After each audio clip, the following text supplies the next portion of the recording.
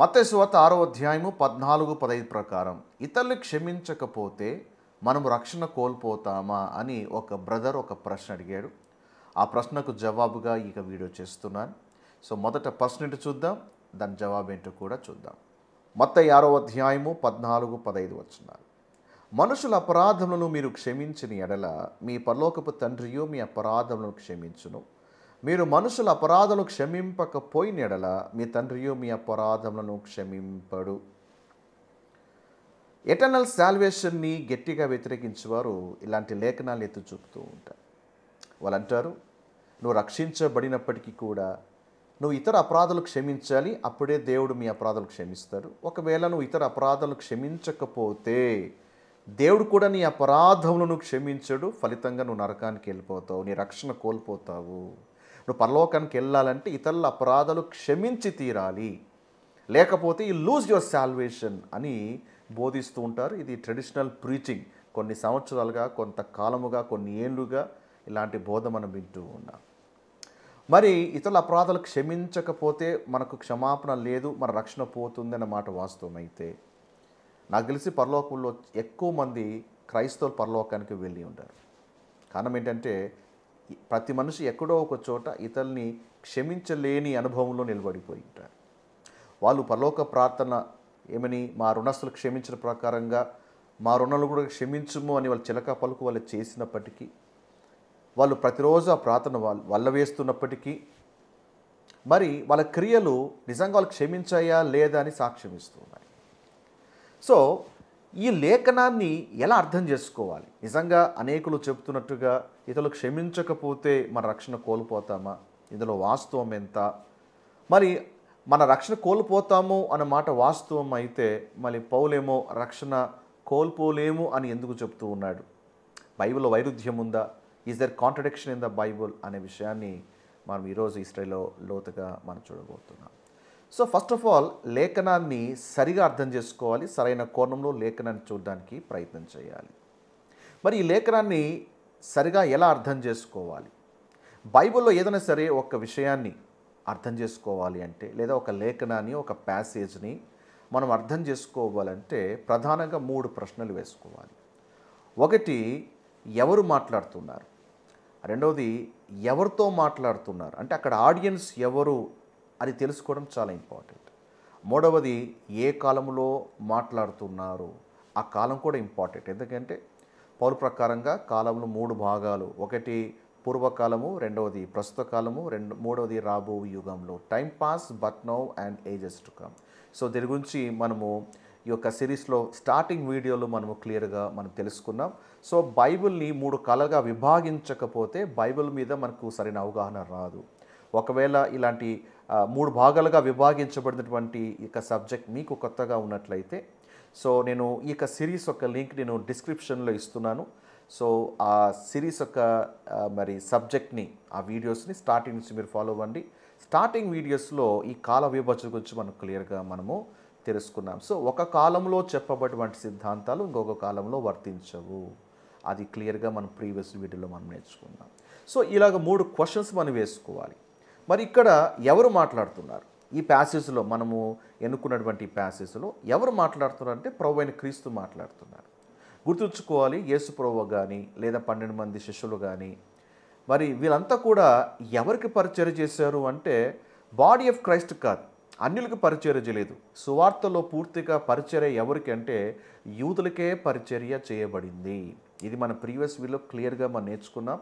కొన్ని రెఫరెన్సెస్ కూడా మీకు డిస్ప్లే చేస్తున్నాను. సో సువార్తల్లో అన్యులకు పరిచర్య జరగలేదు, కేవలము యూదులకు పరిచర్య. జూవిష్ ప్రోగ్రామ్ కాబట్టి, కింగ్డమ్ ప్రోగ్రామ్ కాబట్టి అక్కడ యూదులకు మాత్రమే పరిచర్య జరుగుతుంది. కాబట్టి ఇది వారికి సంబంధించినటువంటి సిద్ధాంతముగా మనం గమనించాలి. సో అన్యులకు మరి దేవుడు ఎవరి ద్వారా మాట్లాడుతున్నాడు అంటే అన్యులకి దేవుడు పౌలు ద్వారా మాట్లాడుతున్నాడు. సో మాట్లాడుతున్నది పౌలా ఇతరులా అనేది మనం తెలుసుకోవాలి. పౌలు అయితే as he speaking to the body of Christ. ఒకవేళ పౌలు కంటే ఇతరులు అయితే they are speaking to the Jews. అందుకే పేతురు కానీ, యోహాను కానీ, యాకోబు కానీ, యేసు ప్రభువు కానీ వీళ్ళంతా కూడా ఏంటంటే వాళ్ళు యూదులకే పరిచర్య చేస్తున్నారు. ఇవాళ రాయబడినటువంటి పత్రికలు కూడా పౌలు కాకుండా ఇతర శిష్యులు ఎవరైతే రాశారో ఆ పత్రికలు కూడా ఎవరికి అంటే అది యూదులకు సంబంధించింది. సో దీని మీద కూడా మనము చాలా వీడియోస్ మనం చేస్తాం. సో మీరు ఆ వీడియో చూస్తే మీకు క్లియర్గా అర్థమవుతుంది. సో ఎవరు మాట్లాడుతున్నారో మనకు క్లియర్గా అర్థమైపోతుంది. రెండవది ఎవరితో మాట్లాడుతున్నారు, ఇక్కడ ఆడియన్స్ ఇక్కడ బాడీ ఆఫ్ క్రైస్ట్ కాదు. సో సువార్తలో మనకి బాడీ ఆఫ్ క్రైస్ట్ లేదండి. మనకి బాడీ ఆఫ్ క్రైస్ట్ ఎప్పుడు ఫామ్ అయింది? పౌలు రక్షణ ద్వారా ప్రారంభమైంది. పౌలు రక్షించబడిన తర్వాత అప్పుడు కృపాకాలము బాడీ ఆఫ్ క్రైస్ట్ అనేది అక్కడ ఫామ్ అయింది. Will not find the body of Christ in the gospels. Old టెస్ట్మెంట్లో కానీ సువార్తలో కానీ మన బాడీ ఆఫ్ క్రైస్ట్ అనేది కనిపించదు. మరి సంఘం ఉంది కదండి అని అంటే సంఘం ఉంది, కానీ అది ఏ సంఘం? అది యూదుల సంఘము. సో చర్చెస్ను కూడా రైట్గా డివైడ్ చేయాలి. అక్కడ జూవిష్ చర్చా లేకపోతే అక్కడ ఉన్నది మరి బాడీ ఆఫ్ క్రైస్ట్, దాన్ని కూడా రైట్లీ డివైడ్ చేయాలి. సో ఆ వీడియో లింక్ కూడా ఇస్తున్నాను. సో ఆ వీడియో మీరు వాచ్ చేస్తే మీకు క్లియర్గా అర్థమవుతుంది. సో గాస్పెల్స్లో ఉన్న ఆడియన్స్ ఎవరు? నాట్ బాడీ ఆఫ్ క్రైస్ట్, అది అక్కడ ఉన్న వాళ్ళంతా కూడా యూదులే. మూడవది ఏ కాలంలో మాట్లాడుతున్నారు, ఆ కాలం ఇంపార్టెంట్. మరి ఇక్కడ ఏ కాలం ఇది అని అంటే ఇది ధర్మశాస్త్ర కాలము, టైం పాస్ట్. సో పూర్వకాలంలో ఉన్నటువంటి ఆ కాలం ఏంటి అంటే అది ధర్మశాస్త్ర కాలము. అంటే ధర్మశాస్త్రం అనేది ఇంకా అక్కడ పనిచేస్తూ ఉంది. అప్పటికి ఇంకా కృపాకాలం అనేది మొదలవ్వలేదు. ఆ విషయాన్ని అర్థం చేసుకోవాలి. రైట్, ఈ 3 ప్రశ్నలు వేసిన తర్వాత ఇప్పుడు ఈ ప్యాసేజ్ని ఇంకాస్త మనం విశ్లేషణ చేద్దాం. మనము మొదటగా తెలుసుకోవాల్సిన విషయం ఏమంటే ఇక్కడ ఉన్నటువంటి ప్యాసేజ్ ఏదంటే అది కొండ మీద ప్రసంగంలో భాగంగా ప్రభు చెప్తున్నారు.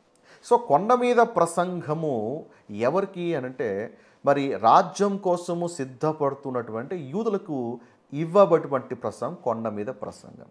So sermon on the mount is not for the body of Christ. Of course మరి కొన్ని మోరల్ వాల్యూస్ అనేది ఉన్నప్పటికీ, ఇక్కడే కాదు బైబిల్లో 66 పుస్తకాలు ఎక్కడ ఉన్నప్పటికీ మోరల్గా మనము అప్లై చేసుకోవచ్చు. బట్ డాక్ట్రినల్గా తీసుకున్నప్పుడైతే it is applicable only for the Jews. So sermon on the mount is not for the body of Christ. ఎందుకంటే అప్పుడు బాడీ ఆఫ్ క్రైస్ట్ లేరుగా, అన్యులప్పుడు రక్షించబడలేదుగా, అక్కడ ఉన్నదంతా కూడా యూదులే. సో దీని మీద ఆల్రెడీగా వీడియో చేస్తాం. ఆ వీడియో లింక్ కూడా మీకు ఇస్తున్నాను. Please do watch. Sermon on the mount is not for the body of Christ. Okay, అది. అండ్ రెండవది మనం తెలుసుకోవాల్సిన విషయం ఏంటంటే ఇక్కడ ఈ ధర్మశాస్త్రం కింద ఉన్నటువంటి యూదులు, దేవుడు అక్కడ యూదులతో మాట్లాడుతున్నాడు, తను వెంబడిస్తున్నటువంటి యూదులతో మాట్లాడుతున్నాడు. ఈ ధర్మశాస్త్రం కింద forgiveness is conditional. Forgiveness under the law is conditional. అంటే వారు క్షమించబడాలి అంటే షరతు ఏంటంటే వాళ్ళు కూడా ఇతరులకు క్షమించాలి. ఓకే, ఇక్కడ కండిషనల్ సాల్వేషన్. ఇది క్షమించలేదంటే దేవుడు కూడా వీరిని క్షమించడం క్లియర్గా చెప్పాడు. మీరు మత్తయి సువార్త 18వ అధ్యాయము 35లో కూడా ఇదే రిపీట్ చేయబడింది. మీలో ప్రతి వాడును తన సహోదరుని హృదయపూర్వకముగా క్షమింపని ఎడల నా పరలోకపు తండ్రియు ఆ ప్రకారమే మీ ఎడల చేయును. దేవుడు అక్కడ ఎవరితో మాట్లాడుతున్నాడు? యూదులతో మాట్లాడుతున్నాడు. మీరు సహోదరుని క్షమించాల్సిందే. మీరు క్షమించబడాలంటే క్షమించాలి. క్షమించట్లేదు అంటే నా పరలోక తండ్రి కూడా మీ ఎడల ఆ ప్రకారమే చేస్తాడు అని ప్రభు చెప్తూ ఉన్నాడు. So salvation of the law is conditional. మరి కృపాకాలములో రక్షణ కండిషనల్ అంటే కండిషనల్ కాదు. కృపాకాలములో రక్షణ unconditional. Our salvation is not conditional. మీరు పౌలు పత్రిక చూడండి ఒకసారి, ఎఫెసీ 2వ అధ్యాయము 8-9 వచనాలు చూడండి. మీరు విశ్వాసము ద్వారా కృపచేతనే రక్షించబడి ఉన్నారు. ఇది మీ వల్ల కలిగినది కాదు, దేవుని వరమే. అది క్రియల వల్ల కలిగినది కాదు, కనుక ఎవడు అతిశయపడడానికి వీల్లేదు. సో కృపాకాలంలో దేవుడు రక్షణ క్రియలు బట్టి ఇచ్చాడా? నువ్వు ఏదో చేస్తే ఇస్తానని దేవుడు చెప్పాడా? నో. కృపాకాలంలో రక్షణ కృపచేతనే విశ్వాసం ద్వారా కృపచేతనే నీకు రక్షణ ఇవ్వబడింది. ఇది గిఫ్ట్గా ఇవ్వబడింది. అందుకే ఇక్కడ సాల్వేషన్ ఈజ్ నాట్ కండిషనల్. అదే నువ్వు ఏదో చేసావు కాబట్టి దేవునికి ఇవ్వలేవు. ఒకవేళ నువ్వు ఏదో చేస్తే దేవునికి ఇచ్చాడు అంటే అది వరం కాదు, అది జీతం అవుతుంది. వరము వేరు, జీతం వేరు. నువ్వు ఏదైనా చేస్తే నీకు ఇవ్వబడేది జీతము, నువ్వు ఏమి చేయకపోయినా కృపలో ఇవ్వబడేది వరము. కాబట్టి ఈ రెండింటి మధ్య వ్యత్యాసం మీరు తెలుసుకోవాలి. అదే తీతు 3వ అధ్యాయం 5వ వచనం చూడండి. మనము నీతిని అనుసరించి చేసిన క్రియల మూలముగా కాక తన కనికరము చొప్పుననే. దేవుని ఇలా రక్షించాడు. తన కనికరము చొప్పున నువ్వేదో నీతి క్రియలు చేసావు, నువ్వేదో భక్తిగా ఉన్నావు, నువ్వు అలా చేసావు, నువ్వు ఇలా క్షమించేసావు, నువ్వు ఇలా ఉన్నావు, ఇలా నడుచుకున్నావు అని నీ క్రియలు బట్టి దేవుడు నీకు రక్షణ ఇవ్వలేదే. నీకు సాల్వేషన్, నీకు నాకు అది షరతు లేకుండా ఇవ్వబడింది. Okay, fine. మరి క్షమించబడ్డాం కదా, ఈ క్షమాపణ దేవుడు ఈ క్షమాపణకి ఎలా ఇచ్చాడు? ఎస్, ఇక్కడ నీవు ఒక విషయాన్ని అర్థం చేసుకోవాలి. ఎప్పుడైతే నువ్వు యేసు ప్రభువాన్ని నువ్వు అంగీకరిస్తావో, లేకపోతే ఆయన శిల్వ కార్యాన్ని ఎప్పుడైతే నువ్వు విశ్వసిస్తున్నావో, ఎగ్జాక్ట్గా అప్పుడు ఏం జరుగుతుంది చూడండి. కొలస్సీ 2వ అధ్యాయము 13-14 వచనం చూడండి. మరియు అపరాధముల వలన శరీరమందు సున్నతి పొందకయుండుట వలన మీరు మృతులై ఉండగా, మనం ఎలా మృతులమై ఉన్నాము? అపరాధముల చేత. నెంబర్ 2, శరీరమందు సున్నతి పొందకపోవడం వల్ల, ఈ రెండిటి వల్ల ధర్మశాస్త్ర ప్రకారంగా మనము మృతులమై ఉంటిమి. అయితే దేవుడు ఏం చేశాడు? వ్రాత రూపకమైన ఆజ్ఞల వల్ల మన మీద రుణముగాను మనకు విరోధముగా ఉండిన పత్రంను మేకులతో సెలవుకు కొట్టి దాని మీద చేవ్రాతను తుడిచివేసి మనకు అడ్డము లేకుండా దాన్ని ఎత్తివేసి మన అపరాధములన్నిటినీ క్షమించెను. సో ఎప్పుడైతే నువ్వు యేసుని వద్దకు నువ్వు వస్తున్నావో, నువ్వు రియలైజ్ అవుతున్నావో, నా రక్షణ క్రియల వల్ల వచ్చేది కాదు, నా రక్షణ నీతి అనుసరించి చేసిన క్రియల వలన కాదు, ఆయన కృప ద్వారానే రక్షణ అని ఎప్పుడైతే నువ్వు అర్థం చేసుకుంటావో, అలాగే 1 కొరింథీ 15వ అధ్యాయం 1-4 ప్రకారంగా యేసు నా కొరకు మరణించాడు, పాతి పెట్టబడ్డాడు, 3వ దినమున తిరిగి లేచాడు అని ఎప్పుడైతే విశ్వసిస్తూ ఉన్నావో, అప్పుడు దేవుడు ఏం చేస్తున్నాడు? నీ అపరాధములన్నిటికీ క్షమిస్తున్నాడు. దేవుడిని అపరాధములన్నిటినీ క్షమించేశాడు. మరి దేవుడు నీ అపరాధాలన్నింటినీ క్షమించే కంటే ముందు దేవుడు కండిషన్ పెట్టాడా? మై సన్, మై డాటర్, నీకు క్షమించే కంటే ముందుగా ఫస్ట్ నీవు అందరినీ క్షమించేసి అప్పుడే క్షమిస్తాను అని దేవుడు ఇక్కడ ఒక క్వెరీ పెట్టాడా? నో. ఒకవేళ అలా చేస్తే క్షమాపణని ఇస్తాను అంటే అది క్రియలతో కూడింది కదా. మళ్ళీ ఇక్కడ పౌలు ఏమంటాడు? అది క్రియల మూలముగా కాదు అంటాడు. సో నువ్వు ఎప్పుడైతే యేసుని విశ్వసించావో, సిలువ దగ్గర ఎప్పుడైతే నువ్వు రక్షించబడ్డావో, ఏమండి, దేవుడు టైం తీసుకో, నువ్వు ఒక 1 మంత్ తర్వాత రా, 1 వీక్ తర్వాత రా, క్షమించావని నేను నిర్ధారించుకున్న క్షమాపణ ఇస్తాను అని చెప్పాడా? నో. కాబట్టి ఇక్కడ మన సాల్వేషన్ ఈజ్ నాట్ కండిషనల్. దేవుడు వెంటనే ఎప్పుడైతే నువ్వు విశ్వసించావో వెంటనే దేవుడు ఏం చేస్తాడు? మన అపరాధములన్నిటినీ క్షమించాడు. నువ్వు ఇతరుల్ని క్షమించక ముందే ద మూమెంట్ యు బిలీవ్, దేవుడు నీ అపరాధములన్నిటినీ క్షమించేశాడు. ఇప్పుడు చెప్పండి, నువ్వు క్షమించాక క్షమాపణ వచ్చిందా, లేదా ముందే క్షమాపణ వచ్చిందంటే ముందే క్షమాపణ వచ్చింది. ఇప్పుడు మనం ఏం చేయాలి అంటే, మాకు క్షమాపణ వచ్చింది కదండి, కాబట్టి ఇక మనము ఎలా ఉన్నా పర్లేదా, క్షమించకపోయినా పర్లేదా అంటే కాదు. ఇప్పుడు నేను చూపించేటువంటి వచనాలను మీరు బాగా పరిశీలన చేయాలి. ఎఫెసీ 4వ అధ్యాయం 32వ వచనం చూడండి.